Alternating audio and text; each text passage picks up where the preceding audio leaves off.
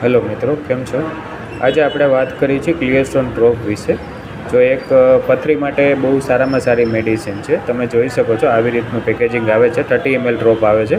Stone માટે બહુ સારામાં સારી મેડિસિન છે. આ બધા મધર ટિંચર બેઝ ઉપર એના કન્ટેન્ટ છે. બર્બરી વલ્ગરી સારસા પહેલાં સાથે આવે છે. બહુ સારા કન્ટેન્ટ છે અને 170 થી 175 રૂપિયા MRP છે.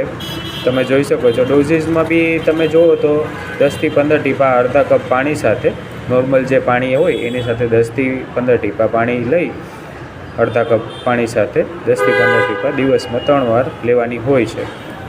બરાબર. બાકી કોઈ બી હોમિયોપેથિક ડૉક્ટરની સલાહ અનુસાર તમે લઈ શકો છો.